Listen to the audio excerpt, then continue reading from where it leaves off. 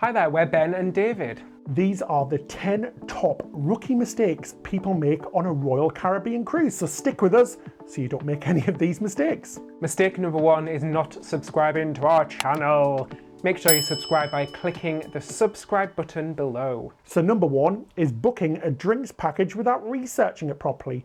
Drinks packages are very expensive, so it's a big cost. So definitely take into consideration how many drinks you normally drink in a day and how much the drinks package is in return, because you don't want to end up spending lots of money when you're not actually going to drink that much. Sometimes it can be cheaper just to buy drinks ad hoc or pay as you go for the drinks on board, because you have to think, are you going to be drinking every single day of your cruise?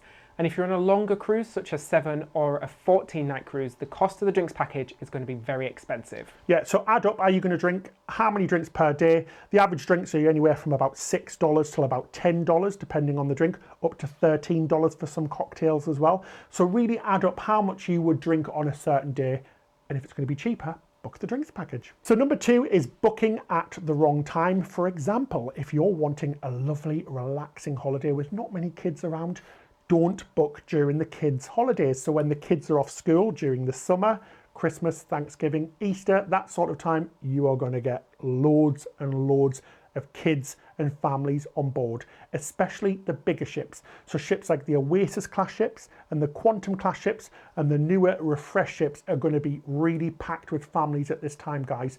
So book in the off seasons when the school holidays are not taking part if you do want to avoid kids on your holiday. Itineraries can attract different crowds as well. You'll find lots of families in the Caribbean and in the Mediterranean, particularly in the summer and particularly on the shorter cruises. So longer cruises tend to attract more older crowd and lots more adults. Another great tip as well is a repositioning cruise. You can find these a good value and do tend to attract an older crowd of adults. Very few kids on these cruises. So number 3 is only booking Royal Caribbean shore excursions. These are really expensive and you can do them much cheaper by using a reputable third-party company like cruiseexcursions.com. We don't receive any money by these, we've just used them a few times and they're really good. Or just doing it DIY. So putting together your own itineraries using local transport or hiring out a taxi or something or an Uber, you can do them so much cheaper. Yeah, you can find some great excursions on TripAdvisor, Viator, or on cruiseline.com's app as well. You can find reviews and just make sure that they are getting good reviews and that they are reputable. Alternatively, research the ports that you're going to and plan your own day. Have a look at local transport or local buses. Just make sure that you agree to a price before you enter any taxi. We've seen beach day excursions in the Caribbean for up to $80 or $100. When really you can just get a taxi which costs $10 for everybody. It works out like 1/10 of the cost, so it's definitely worth looking into. Yeah, and taxi drivers in the Caribbean, you can arrange a pickup time to take you back to the port as well, so you don't have to worry about getting your taxi back, just arrange a time. Yeah, it's definitely important that you get back in time. That's the only difference with doing it yourself. You're not guaranteed to get back to the ship in time. So make sure you're a few hours before back to the ship so you have plenty of time just in case something goes wrong. Tip number 4 is a quick packing tip, is forgetting to bring a sweater or a cover up. You may be cruising the Caribbean in the summer in the height of the heat, but it does get a little bit chilly on the nights and if you're out on the open decks as well. So make sure that you do bring something just to cover up on an evening. Yeah, they definitely tend to pump up the air conditioning inside as well because it's so hot and humid outside. So it's definitely worth bringing a sweater or something light. I mean, we're fine. We like cold anyway, so we're from the UK, so it's always freezing here. But yeah, definitely bring something. A lot of people say on their first cruise that was one of their major mistakes. And obviously you can get really unseasonable weather as well in different places. And whilst the ship is moving, it's sort of a wind, so it can get quite chilly outside as well. So tip number 5 is trying to do absolutely everything on the ship and the port. Royal Caribbean have absolutely loads to do on the ship and off the ship. So take it easy, guys. Try not rush everything. Yeah. Take a look at the cruise planner, which comes through your door every single day, and sort of highlight 1 or 2 things that you'd like to do. Try not to overdo it, otherwise you're just going to be super tired and you're going to be really upset that you've missed things. And by missing a few things as well, it's the perfect opportunity to book your next cruise. Yeah, just carve out time for you to relax, have a day around the pool where you don't really do anything really. And also in ports, make sure that you don't overplan your ports. It can be easy to want to do everything in a city, particularly on Mediterranean cruises. just got to accept that you're not going to be able to do everything, and you'll just have to get it next time on your next cruise. Exactly. This is why researching is so important for things like ports. You can already decide things you want to see and do before you get there, because you only get sort of 12 hours in each place, so you don't want to waste all of your time wondering what you're going to do in each port. Rookie mistake number 6 is not booking the right cabin for you. First tip is to think about what type of cruiser you are, how much you're going to use the cabin, and which cabin you'd be most comfortable with.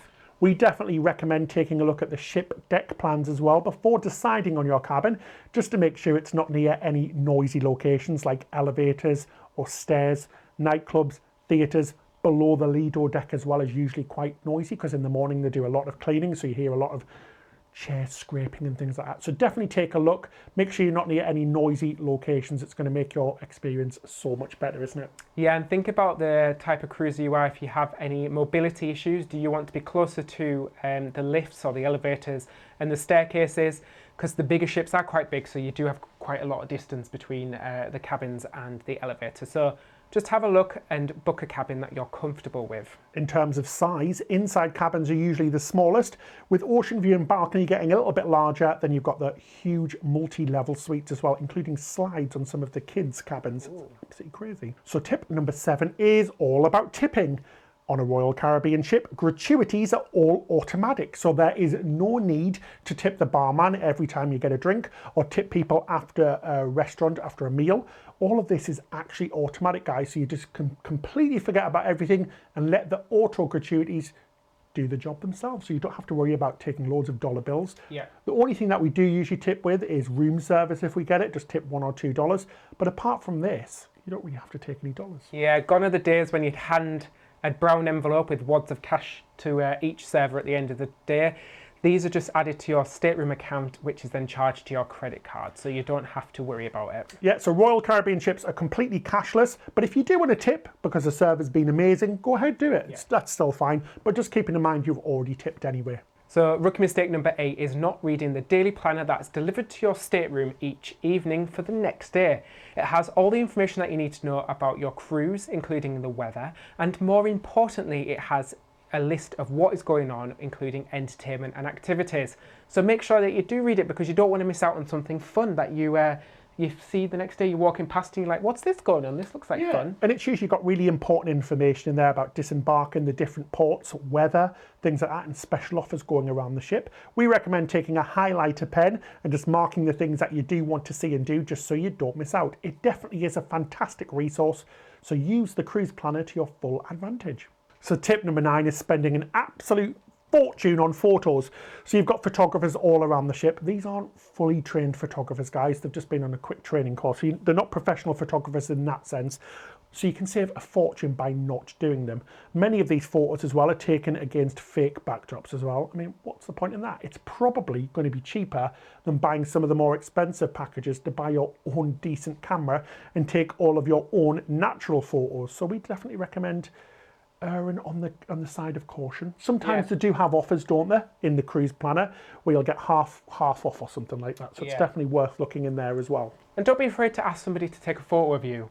You know, it's spread the photo love. If somebody says, will you take even a photo? the photographers will take a photo of you. Yeah, but if somebody says, will you take a photo of my family?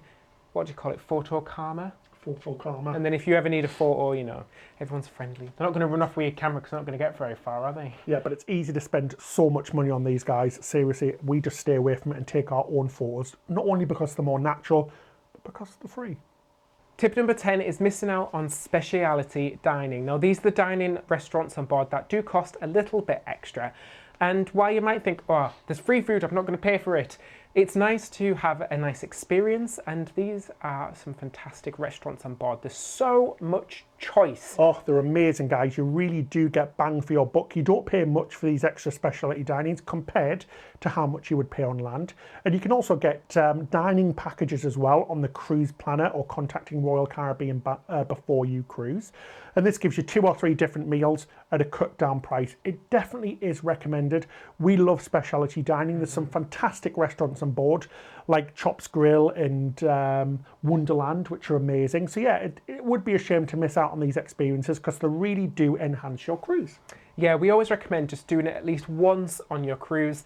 It's something extra special, and it's great as well if you're celebrating a special occasion. So we hope you enjoyed our tips and hacks about how not to make some rookie mistakes on Royal Caribbean. If you've got any tips yourself, let us know in the comments section below. We'd love to hear from you, and please do consider subscribing to us. It really helps us out. We love to hear from you guys. Hit that bell button so that you're notified every time we upload a brand new video. We've got some real cool Royal Caribbean videos coming next year. We're so excited. If you liked this video and you'd like to support us a little bit further, you can support us on Patreon. The money from Patreon helps towards equipment costs and travel costs. Big thank you to all our Patreons, and the cruise captain this week is Raymond. That's it till next time. Happy cruising.